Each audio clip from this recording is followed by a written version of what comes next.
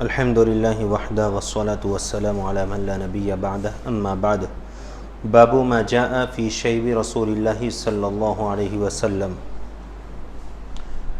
حدثنا محمد بن بشار حدثنا ابو داود حدثنا حمام عن قتادة قال قلت لأنس بن مالك هل خضب رسول الله صلى الله عليه وسلم قال لم يبلغ ذلك إنما كان شيبا في صدغيه ولكن ابو بکر خضب بالحناء والکتم۔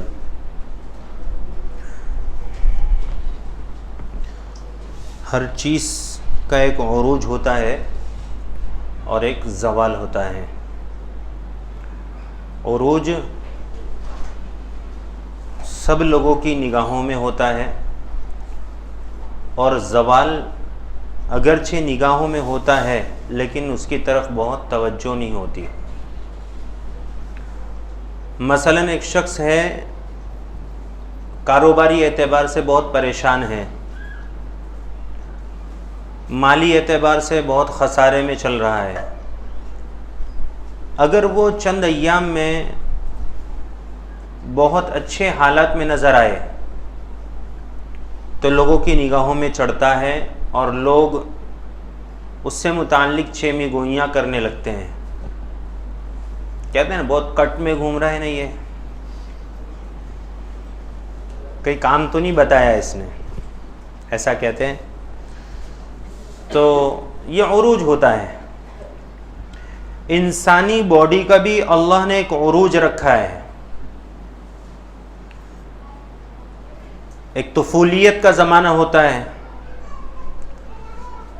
پھر وہاں سے اس کی اللہ تبارک و تعالی نشو نما کرتے ہیں اور اس میں اس کے بدن میں قدرتی طور پر اضافے ہوتے رہتے ہیں۔ ایک وقت آتا ہے کہ وہ بالکل نوجوان ہٹا کٹا نظر آتا ہے،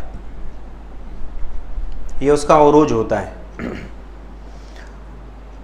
اور کسی نے ملک الموت سے پوچھا، یہ بڑا رحم ہے، تو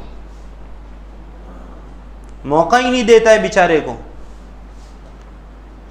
ایک دروازے پر آنے والا انسان بھی دروازہ ٹھوک کر آتا ہے، تجھے بھی تو ذرا کچھ تھوڑی بہت انسان کو مہلت دینی چاہیے، کچھ دروازہ کھٹکھٹا دے، کچھ اس کو اشارہ کر دے کہ میں آنے والا ہوں وغیرہ وغیرہ۔ تو اس نے کہا ایک نہیں سینکڑوں مرتبہ اشارے کرتا ہوں۔ اگر سر میں درد ہو رہا ہے تو سمجھ لو کہ میرے آنے کا وقت قریب آ رہا ہے۔ اگر بخار سے بدن تپ رہا ہے، بیماریاں آ رہی ہیں جا رہی ہیں، تو سمجھ لو کہ میں آنے والا ہوں۔ اگر بالوں میں سفیدی آ گئی، ایک بال سفید ہوا، سمجھو میں نے آپ کو ایک مرتبہ دروازہ ٹھوک دیا۔ دوسرا بال سفید ہوا، سمجھ لو میں نے دوسری مرتبہ دروازہ کھٹکھٹا دیا۔ یہ سب میرے آنے کی علامتیں ہیں۔ تو انسانی بدن کا زوال جب ہونے لگتا ہے اور انسانی بدن اب جب ڈھلنے لگتا ہے تو اس کے بدن میں اب جھریاں شروع ہوتی ہیں۔ چمڑی جو پہلے بالکل تنی ہوئی تھی، چکنی چپڑی نظر آتی تھی اور شباب چہرے سے جھلکتا تھا، اب تھوڑی جھائیاں چھانے لگیں، اب جھریاں پڑنے لگی، اب چمڑی لٹکنے لگی، اب بالوں میں سفیدی بڑھنے لگی۔ یہ ہوتا ہے۔ رسول اللہ صلی اللہ علیہ وسلم کے بال مبارک میں بھی سفیدی آئی لیکن بہت زیادہ نہیں تھی۔ بعض صحابہ نے کہا کہ گنتی کے 14 بال سفید ہوں گے، بعض صحابہ نے فرمایا 17 بال، 18 بال، 19 بال، 20 بال، اس سے زیادہ نہیں۔ بعض نے کہا، جیسے کہ حضرت انس بن مالک یہ کہہ رہے ہیں کہ کہاں سفیدی تھی، کچھ نہیں تھی، بس ذرا ذرا کچھ یہاں سفیدی آئی تھی۔ بعض صحابہ نے کہا کہ بس وہ تو جب رسول اللہ صلی اللہ علیہ وسلم سر میں تیل نہیں ڈالتے تھے اس وقت بال سفید نظر آتے تھے، ورنہ جب تیل ڈال کے نکلتے تھے تو وہ بھی چھپ جایا کرتے تھے، کالوں میں کچھ سفیدی نظر نہیں آتی تھی۔ تھے سفید بال۔ لیکن جب کالے بال بہت زیادہ ہوں تو سفیدی کا اعتبار نہیں ہوتا ہے. 5% کا کوئی اعتبار ہوگا, اگر 5% نہیں بلکہ پورے بالوں میں اگر 20 بال, داڑھی یا سر کے بالوں میں فقط 20 بال, تو میں سمجھتا ہوں 1% بھی نہیں ہوا. تو رسول اللہ صلی اللہ علیہ وسلم سے متعلق حضرت قتادہ فرماتے ہیں, میں نے حضرت انس رضی اللہ عنہ سے پوچھا کہ رسول اللہ صلی اللہ علیہ وسلم کے بالوں میں ذرا کچھ لال پن نظر آتا ہے, تو کیا آپ علیہ الصلوۃ والسلام کچھ خضاب فرماتے ہیں؟ خضاب کہتے ہیں مہندی لگاتے ہیں. تو حضرت انس رضی اللہ عنہ نے فرمایا کہ وہ جو مہندی لگانے کی پوزیشن ہوتی ہے نا, وہاں تک تو آپ علیہ الصلوۃ والسلام کے بال سفید بھی نہیں ہوئے تھے. یعنی اتنی مقدار بھی تو چاہیے, اتنی مقدار بھی تو چاہیے جس میں مہندی لگائی جا سکے. رسول اللہ صلی اللہ علیہ وسلم کے بال اتنے کچھ سفید نہیں ہوئے تھے. تو پھر آگے فرماتے ہیں انما کان شیبا فی صدغیہ, ہاں سفیدی ذرا یہاں کان پٹی کے پاس, اس کو یہ حصے کو جو ہے کان پٹا بولتے ہیں, کان پٹے میں ماروں گا نا, بولتے ہیں کہ نہیں, تو صدغی اس کو کان پٹا بولتے ہیں یہ حصہ. تو کہتے ہیں یہاں ہلکی سی سفیدی تھی بس رسول اللہ, چاہے یہ بالوں کا اشارہ کر رہے ہوں, بالوں کی طرف یعنی کان کے اوپر کی طرف, چاہے یہ داڑھی کی طرف اشارہ کر رہے ہوں. فرماتے ہیں لیکن ہاں حضرت صدیق اکبر رضی اللہ عنہ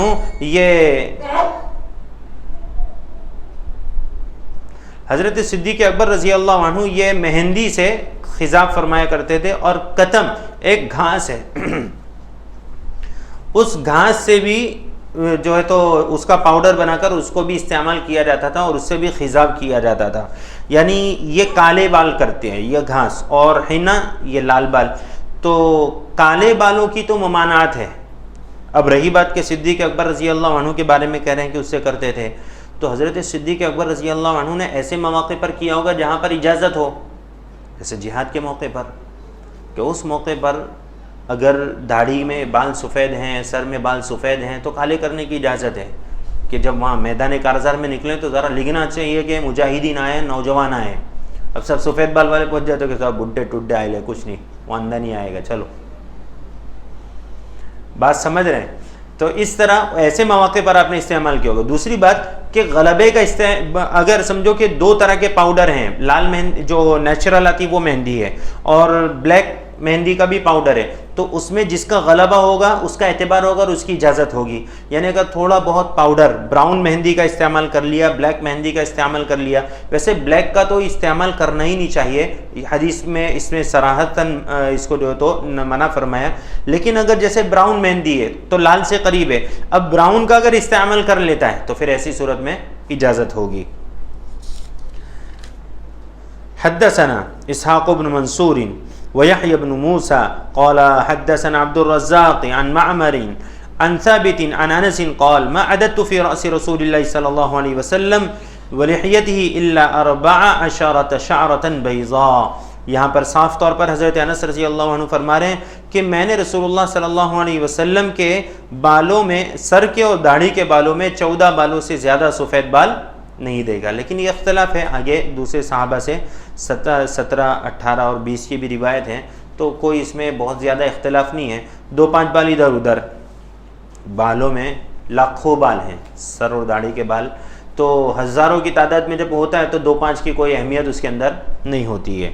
حدثنا محمد بن المثنى حدثنا ابو داود انبأنا شعبة عن سماك بن حرب قال سمعت جابر بن سمورة يسأل عن شيب رسول الله صلى الله عليه وسلم فقال كان إذا دهن رأسه لم ير منه شيب فإذا لم يدهن رؤي منه.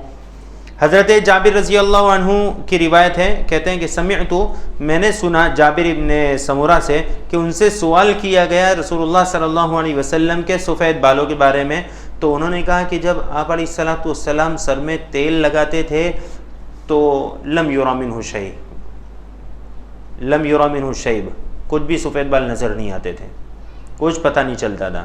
ہاں, اور جب تیل نہیں لگاتے تھے, اصل میں سفید بال بھی, اگر آپ کے بالوں میں سفید بال اور کالے بال ملے جلے ہوں تو سفید بال ایکسٹرا جھانکتے ہیں. کیوں؟ کالے بال ہوں, ایک کالے کپڑے ہوں تو ایک چونے کا اس کے اوپر دھبا لگا دو, بس نظر آئے گا دور سے. سفید کپڑے ہوں اس پر کالا دھبا, دور سے نظر آئے گا. بس یہی کیفیت ہے کہ داڑھی میں سر میں پورے بال کالے ہوں, فقط 2-5 بال سفید ہوں تو وہ دور سے بھی نظر آئیں گے. لیکن یہ نظر کب آئیں گے؟ جب وہ دبے ہوئے نہیں ہوں گے. تیل لگا لیا دب گئے تو پتہ ہی نہیں چلے گا کہ بالوں میں سفید بال موجود ہیں. تو یہی بات یہ فرما رہے ہیں کہ حضرت نبی کریم صلی اللہ علیہ وسلم جب تیل کا استعمال فرماتے تھے تو سفید بالوں کا تو کوئی پتہ ہی نہیں چلتا تھا, اس لیے کہ جب تیل لگا دیا تو بال اپنی جگہ پر سیٹ ہو گئے, اس میں کالے بال غالب آ گئے اور نظر نہیں آتا ہے. اور جب تیل نہ لگائے ہوں تو بال بکھرتے زیادہ ہیں, اس صورت میں سفید بال نظر آتے ہیں. حدثنا محمد بن عمر حدثنا محمد بن عمر بن الوليد الكندي الكوفي أنبأنا يحيى بن آدم عن شريك عن عبيد الله بن عمر عن نافع عن ابن عمر قال إنما كان شيب رسول الله صلى الله عليه وسلم نحو من 20 شعرة بيضاء. یہاں پر حضرت ابن عمر کی روایت ہے اور حضرت ابن عمر رضی اللہ عنہما یہ فرماتے ہیں کہ رسول اللہ صلی اللہ علیہ وسلم کے سر میں جو سفید بال تھے مشکل سے 20 بال ہوں گے. اس سے پہلے حضرت انس رضی اللہ عنہ کی روایت گزری, اس میں کیا فرمایا انہوں نے؟ 14 بال. یہاں پر حضرت ابن عمر کیا فرما رہے ہیں؟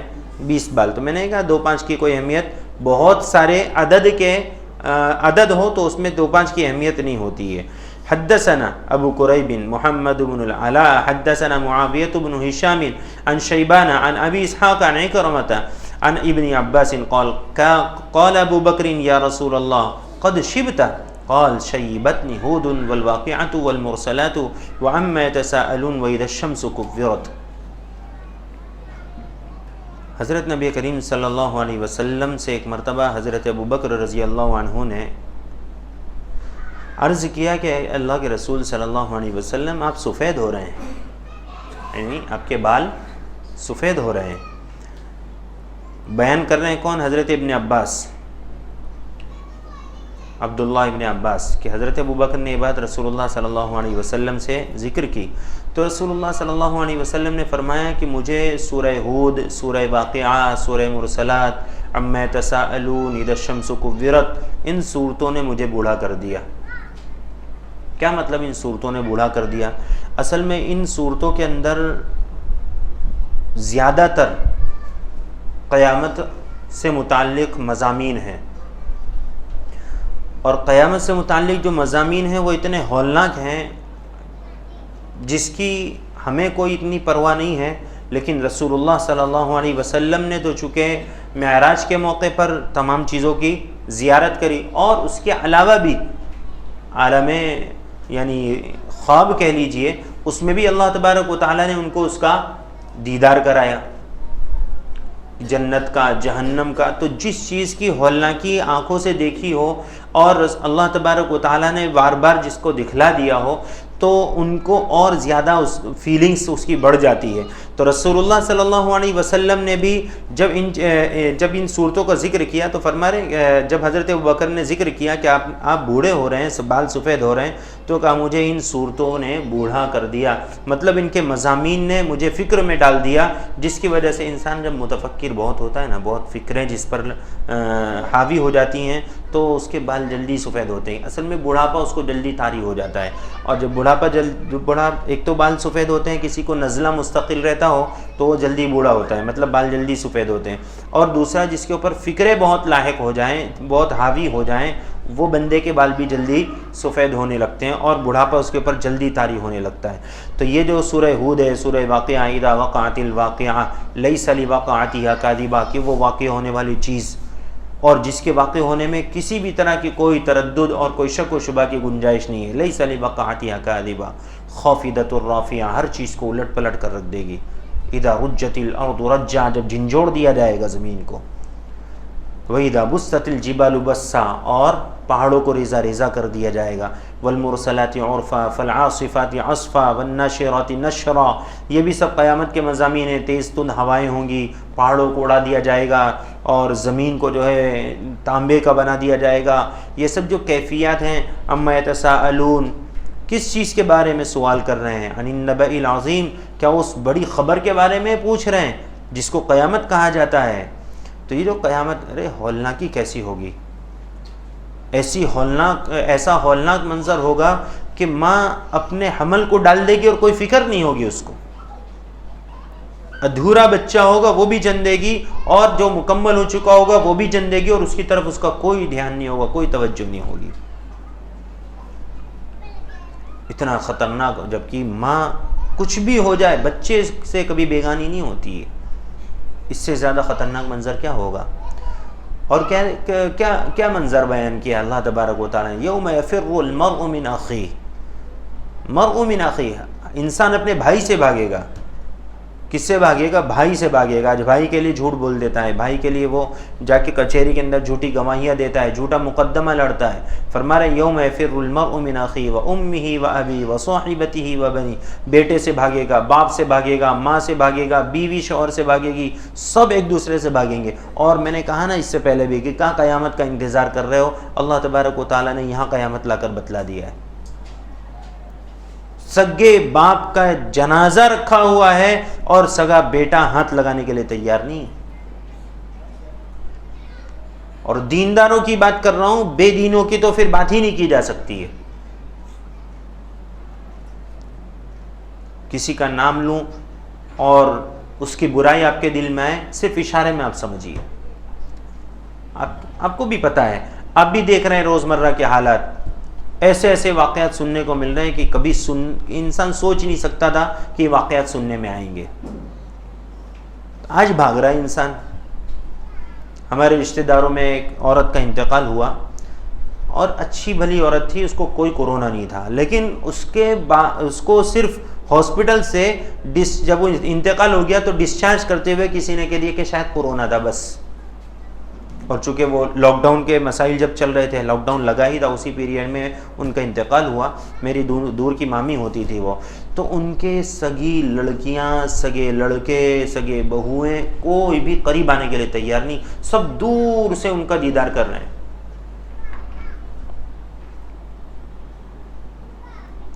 یہ حال ہے اس وقت کے حالات کا. تو بہرحال بات یہ ہے کہ قیامت کی ہولناکی جو ہے بہت خطرناک ہوگی. جب اللہ نے ہمارے یہاں پر قیامت کی ہولناکی لا کر بتا دی، قیامت سے پہلے اس قیامت صغریٰ کا ہم نے دیدار کر لیا، اور آج انسان اتنا اس کو اپنی زندگی عزیز ہے کہ اپنے سگوں کو غسل دینے پسند نہیں کر رہا ہے، نہیں دیا وہ غسل ماں کو.